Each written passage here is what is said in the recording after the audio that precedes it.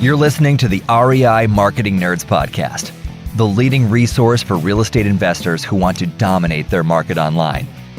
Dan Barrett is the founder of AdWords Nerds, a high-tech digital agency focusing exclusively on helping real estate investors like you get more leads and deals online, outsmart your competition, and live a freer, more awesome life.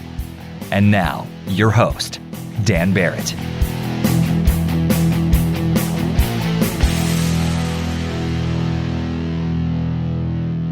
All right, hello and welcome to this week's episode of the REI Marketing Nerds Podcast. As always, this is Daniel Barrett here from AdWordsNerds.com, where the best real estate investors go to get more leads and deals online for their real estate investing businesses. This week, I've got a good one. I am talking to Mr. Josh Culler. Now, Josh Culler is from cullermedia.com, and that's spelled Culler media.com.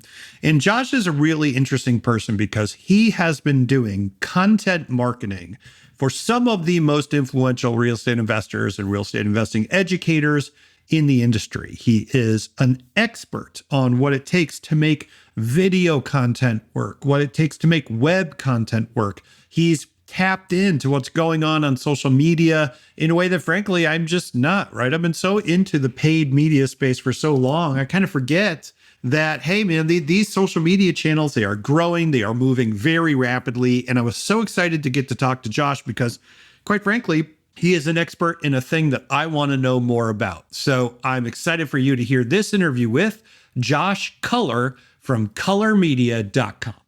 Josh, welcome to the show, man. Happy to have you here. Dan, thank you so much. I'm excited to be here, ready to bring some value and talk a lot of, we were talking about what we're going to discuss, and it's going to be a lot of controversy. So I'm excited about it. Yes. I'm ready to face it forward. So exactly. I am looking to alienate the largest number of people possible. No, that's right. That's never what it's like. Well, let's start with Culler Media. Again, so that's Culler media.com.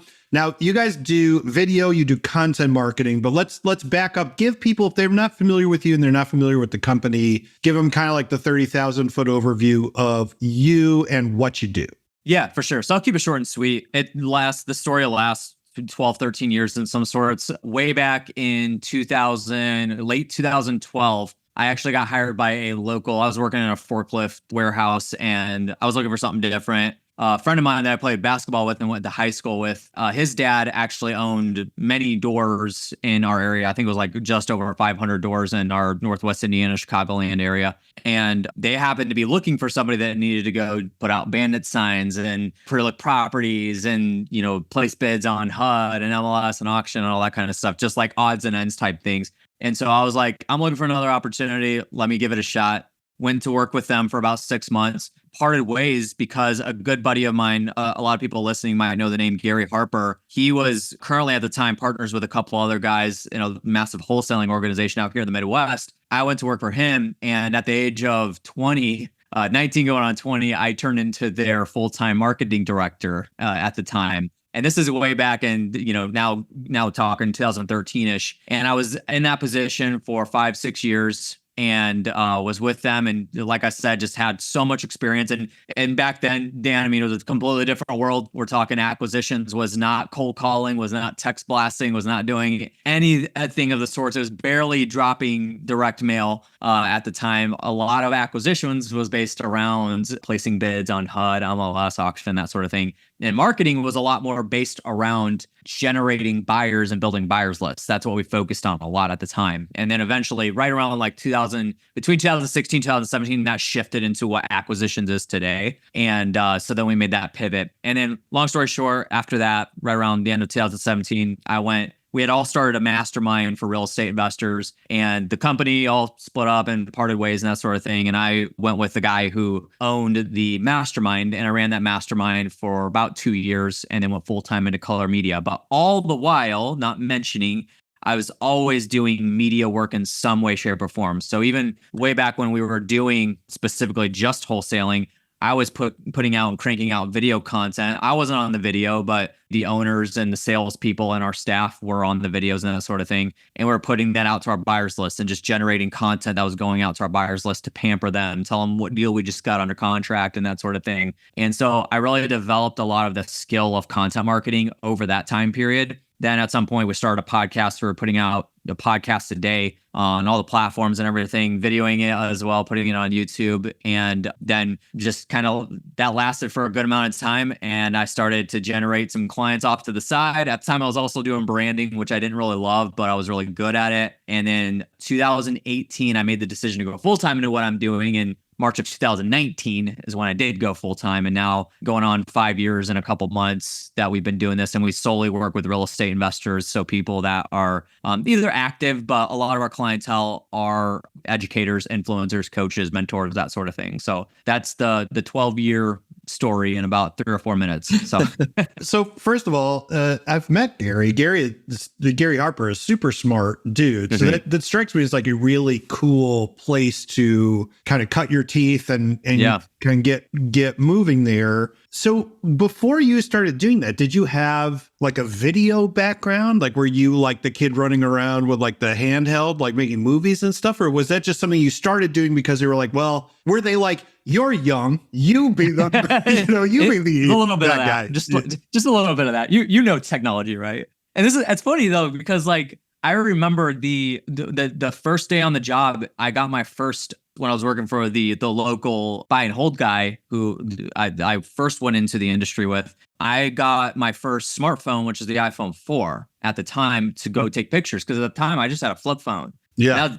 Now, it doesn't seem like it's that long ago, but it was that long ago. And so I, learned how to take good pictures with the iPhone, and that's how we would submit them and that sort of thing. But yeah, I mean, like, I have always been a creative in some sorts. And what's funny is that, like, if you look at any of my personality tests, and I really like personality tests in a sense of like knowing my awareness of myself and that sort of thing. I'm very kind of like conscious of knowing myself, not for the sake of understanding my weaknesses, but building up on all my weaknesses and leaning towards my strengths type thing. But if you look at let's say, for instance, my predictive index testing, I am an operator, but I have a maverick personality. But because of that, I'm really good at kind of envisioning things and being creative with them, and then kind of like getting it off the ground and going. And then I'm able to delegate really well after that. So the reason why I mentioned that is because, like, I remember in high school when we did video projects for classes and stuff like that, I was always the one that was kind of directing and pointing things out and saying how to film it and that sort of thing with no experience. So I always have like one of my buddies behind the camera. I say, all right, like, film this way and do that, do this. I could totally do it myself, but and honestly, like, I've never been asked that question before, as funny as it sounds, but that's kind of the truth in the matter. So I always had like an art background. I was always doing sketching and a lot of artistic type stuff, and did that for quite a while. And I think that's kind of where it developed, and just my vision and ability to see kind of like past, what's currently going on, like what it could be. And I think that's kind of where it comes from. Yeah, it sounds like you kind of have an intuitive side that kind of gets like how it's going to appear to other people, and so you can kind of right.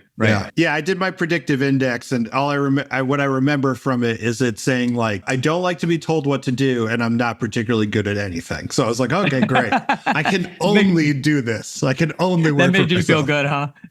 Yeah, just completely unemployable is what it told me. Right, exactly. All right, well, I would love to talk a little bit about what Culler Media does today. Mm-hmm. One of the reasons that we really wanted to have you on the show was at AdWords Nerds, we have been talking a lot about video. It comes up a lot, right? And I feel like, you mentioned the flip phone, which is like, it's the same way, right? It's like, I remember we lived through this transition, and particularly we're now in the really like this fever pitch kind of transition to video as the media of social media, of content, of the way that people consume things, right? Like, I am a long form reader by nature, and it's very obvious to me that like most people, that's not how they're consuming their content, right? So we wanted to have you on the show, particularly to talk about that, because I think it's difficult for a lot of investors to wrap their heads around. It's difficult for me to wrap our heads around. So let's kind of start there. When you look at the ecosystem, like when a new client comes into you, right? And they're like, hey, I need you to help me with my content marketing, right? Yeah. Where does a video sit in that? Are you like, it's got to be all video, videos where it matters? Does it vary? Like, tell me where you kind of see video, the role that video plays in our current kind of internet ecosystem.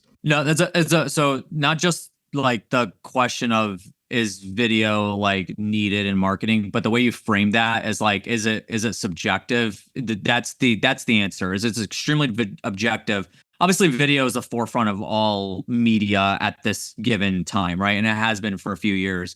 However, there are times and places for just audio. There are times and places for written content as well. You, being in the field that you're in, understand the value of SEO and text-based content as well. You know, for instance, one of the things that we'll talk about is my book that like I wrote but didn't write because it came from my podcast that I used to have and starting back up soon. But like I used that as a marketing tool to generate leads for my business at the time. And it was a lead hook, right? It was a free plus shipping offer type thing. So it's like even that to me is content, but a lot of it is how you can use content in so many different ways. For instance, a great example is like just contextually for your audience. If you're an active real estate investor, let's just say like you started a podcast because you went to a mastermind and somebody told you that you need to start a podcast.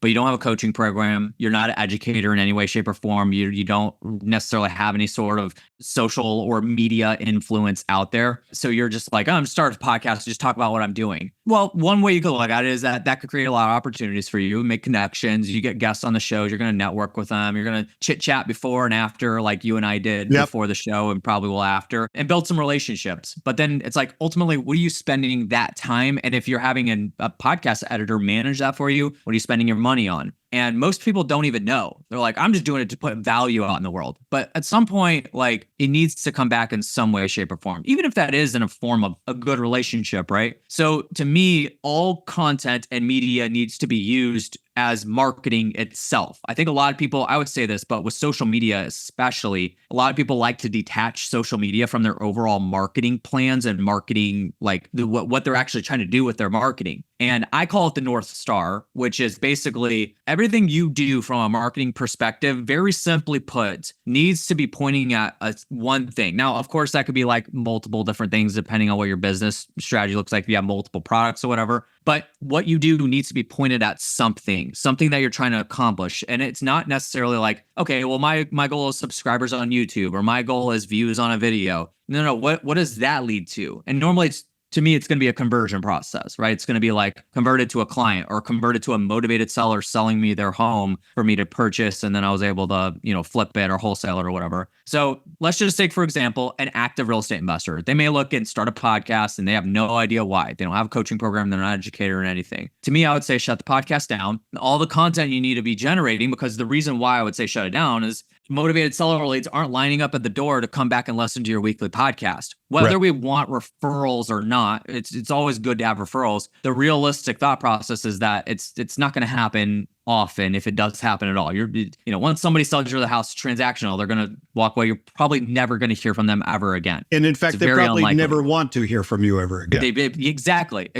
And so why would they come back to listen to your weekly podcast? Now, let's just say, for instance, you're like, okay, well, I know I need to still put video content out. What I build everything around is content as a whole, but especially video content. My definition of it is answering questions that your target demographic has about what it is you do, your industry, your services, and products. Like if a motivated seller gets on a phone call with one of your lead managers or your acquisitions agents, starts asking questions, write every single question down, you put video content out about that specifically. So great example is, now you probably have a lot more data than I might have on this type of stuff, but if there's a term that a motivated seller lead is looking for, let's just say, for example, they're up at 2:00 in the morning. They just, got a call that Aunt Ruth died and they inherited their house. So they're going to Google and searching what to do with my house that I just inherited. I live in California and the house is in Georgia. What do I do with it? And then your video, because you're in Georgia, pops up and says it's geared towards probate. So it's like, hey, did you just inherit a house? Your topic is, did you inherit a house? Here's what you do with it. And then your content is acting as a resource for that lead to consume, and then they're getting value out of it, who's going to be the first person they call when your hours open and you're taking calls? It's probably going to be you, because you just delivered value to them at 2:00 in the morning when they were motivated. Right. So all content needs to be built around answering questions. And that's why like coaches and mentors and people that have, that are educators put out daily, like 5, 6, 7 times a day content, is because their audience can be repeat customers. They can keep coming back at any given moment, or they are a customer and they're trying to, curate them and keep them on board. But a motivated seller lead is different. So everybody's audience is slightly different, and that's not how you need to form it up. So yeah, I think that's an excellent point about the nature of the lead, right? It's like the whole point of a motivated seller is they need to sell right away. So they're not doing a bunch of research ahead of time. Like you might, if you're like, I'm only going to invest in a single coaching program. Let me find the one for me. It's like the most motivated leads are like, the house is literally on fire, and I need to sell it before, the fire gets to the bottom floor or whatever, right? So want to find motivated seller leads online, but don't know where to start? Download our free Motivated Seller Keyword Report today. AdWords nerds have spent over $5 million this year researching the most profitable keywords for finding motivated seller leads. And you can grab these exact keywords when you download our report at www.adwordsnerds.com/keywords. Well, let me ask you, because when you talked about there's kind of space for a lot of different things, a lot of different approaches. Like you mentioned, you could do text for SEO. You could do a podcast. And, you gave really great reasons why that doesn't really make sense for motivated sellers, but you could do podcast or video or whatever, right? So if someone comes to you and they say, okay, hey, I've got a business, I need to figure out what types of content to invest in or to invest my time in or whatever it is. How do they figure that out? Is it purely a matter of saying, okay, I want to look at my market and figure out what my market really likes, and I'm going to do that? Is it a matter of, well, I got to think about what I like to do because I got to keep doing it, day in and day out? Like, how do you help people make that decision? Yeah, no. So I'll start with the last point you made, because I get people that are like, I know I need to do video, but I'm afraid on camera. Like I'm going to mess up. I'm not used to being on camera. I know I'm going to screw up all the time. And my answer to that is simply like, this is going to be sounding super arrogant and just like kind of swift, but we as business owners do things that suck and we hate all the time. So that's just got to be one of them. So if that's your concern, suck it up and do it. That's all I have. That's the only advice I have for you. So sorry, there's not more tenderness to it, but it's the reality. If you're not willing to put yourself out there and do that kind of thing, then you're just going to fall behind, and it's no different than any other uncomfortable thing you've had to do in your business. But yeah, so great question. The way that I look at it is very simple. Now, I'll preface it with this. When it comes to the world of like social media, like YouTube, podcast, content in general, and you know this too, because we're both marketers. We like to complicate things. Like we love to, but like internally, right? Because there's a lot of detail that goes into what we do. However, when we're talking about it to the outside world, people that don't necessarily, they're not in the day-to-day of the type of things that we do, they look at like what we do and say and think, oh, that's too complicated. I don't want to do that. So for me, the way I boil it down with my clientele or people that I'm advising is keep everything as simple as possible. And the simplest form of deciding what type of content you're going to be putting out, whether you are going to start a podcast or you're going to start doing daily social media or YouTube, or you're only putting out content to generate more motivated seller leads, and it's all working for your SEO, your website, your Google My Business page, that sort of thing. It's very simply put is marketing 101. Know your target demographic. That's really all it boils down to. And inside of that, of course, you're going to understand, okay, where's my audience finding me or competitors? What are they actually looking for? What type of media do they consume? A great example, and I categorize this as content, is in the world of motivated seller lead generation. TV advertising is crushing right now. Like if you're advertising on like TV ads, even like Hulu ads and stuff like that, those are doing so freaking well right now. And that's a type of media, that's a type of content. Well, that's your form there, because that's how people are consuming right now, is through TV, through media, especially during live sporting events, that sort of thing. And proper, placement and timing is important. That's why, having somebody that can manage that type of stuff is important. But it's very simply put. In my opinion, as a business owner, I don't care if you're the marketing director or not. If you're the CEO, you should know your target demographic almost better than they know themselves. Like, what are their tendencies? Where Where are they hanging out? Where are they consuming? What are they consuming? What type of media? And if you just kind of like boil it down, simply put that way, then it's going to direct you to what you should be doing. Because again, like to me, daily social media might not be needed for somebody that's got a house buying brand and they're just putting content out towards motivated seller leads. However, maybe put 3 or 5 pieces of content out, 5 a week, that's kind of talking about your organization or how you helped Ruth with her house that she, had mold, a crazy amount of mold in. Like, what did you helped her solve her problem, that sort of thing. And that's the type of stuff I'd be putting out. But I'll give one really good example that kind of like is a little bit of a twist to this. So, buddy of mine, Brian Snyder, and his Brett Snodgrass is the CEO of their organization down in Indianapolis, and they buy and sell real estate. But Brian hosts a podcast that's specifically geared towards wholesalers in Indianapolis. And that's the purpose of it, is to basically teach other wholesalers how to bring them good deals, or realtors how to bring them good deals. And that's how they're leveraging a podcast. They don't have a coaching program. They don't have a mentorship or a mastermind or anything that. It's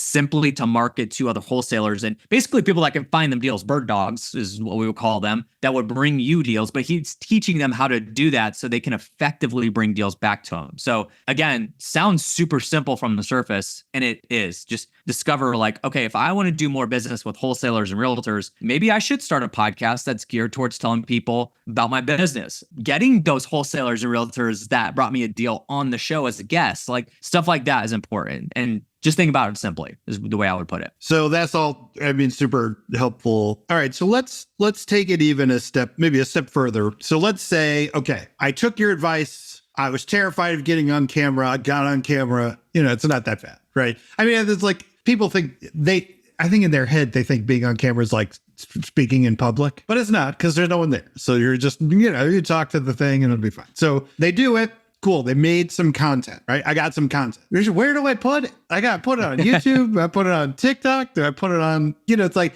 there's a lot of different things, even within YouTube, right? You got shorts and blah, blah, blah, blah, right? So I understand the people get very, worked up because they're like, it seems really difficult. So if you're working with a client, how do you figure out where to host or post their content? Is there like a science to that where you're like, okay, I'm thinking about impression volume or whatever? Are you doing a bunch of research beforehand? Or are you just like, look, just put it up somewhere and just make it consistent? How do you figure that out? No, yeah. So I would go back to what I previously said, is like knowing your audience. Part of that is where they hang out, where they would consume media in whatever form. That's why I gave the example of TV ads, is because most of the time, depending on the market, especially like our Midwest markets that we're in, and probably the Northeast as well, live television is consumed very heavily still. Even though it's dying, it's still consumed heavily. So placing that media in the whereabouts of and the environment of that potential lead, that's the craft. That's important. That's why I don't have any data on this. I know a lot of people still do billboard marketing, but that's why you put up billboards, is because traffic's driving by it. And it's that you just need one person out of, the 20,000 impressions a day that you get. It's putting it in the environment in which your potential lead is going to be located and consuming content. So that's kind of the thought process behind it, is if let's just take, for instance, if you're specifically only marketing to, let's say, like, for instance, I have a client that is they lend capital. So they're private money lender, and their primary purpose is to generate relationships with high-level investors that would borrow for them at large amounts. And that's and go in with them at deals. Yeah. And so in the early stages of like strategizing with them and planning, I'm like, honestly, you're probably going to hear the buzz of TikTok a lot. I'm going to just advise us not going there. And the other thing is that sometimes, like, there are some things in the media world that I'm not an expert in. And to me, what they're trying to accomplish, I told them, I was like, LinkedIn is going to be very vital and crucial for us to go hard at. I'm not an expert at LinkedIn because there's a lot more methodology behind connections and stuff like that. So we found an expert that's really good in it, and they're crushing there. We're providing the media. They're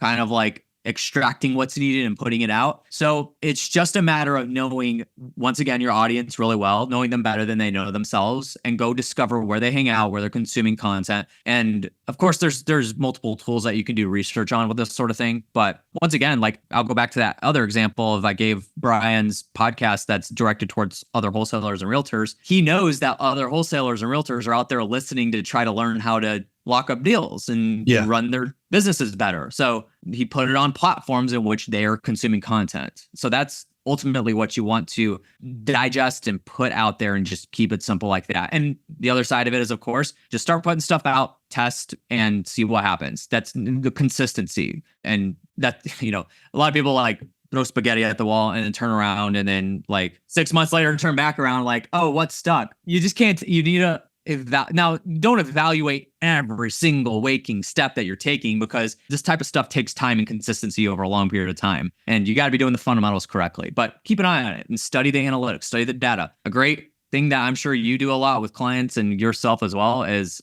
one of the best strategies you could ever do with marketing is study what your successful competition's doing. And maybe not do the exact same thing, make it a little bit different, but similar strategies. So at least an indication that there's something going on there, right? There's something there. Yep.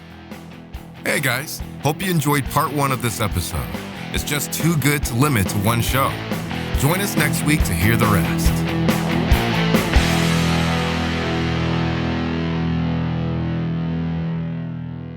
This is thepodcastfactory.com.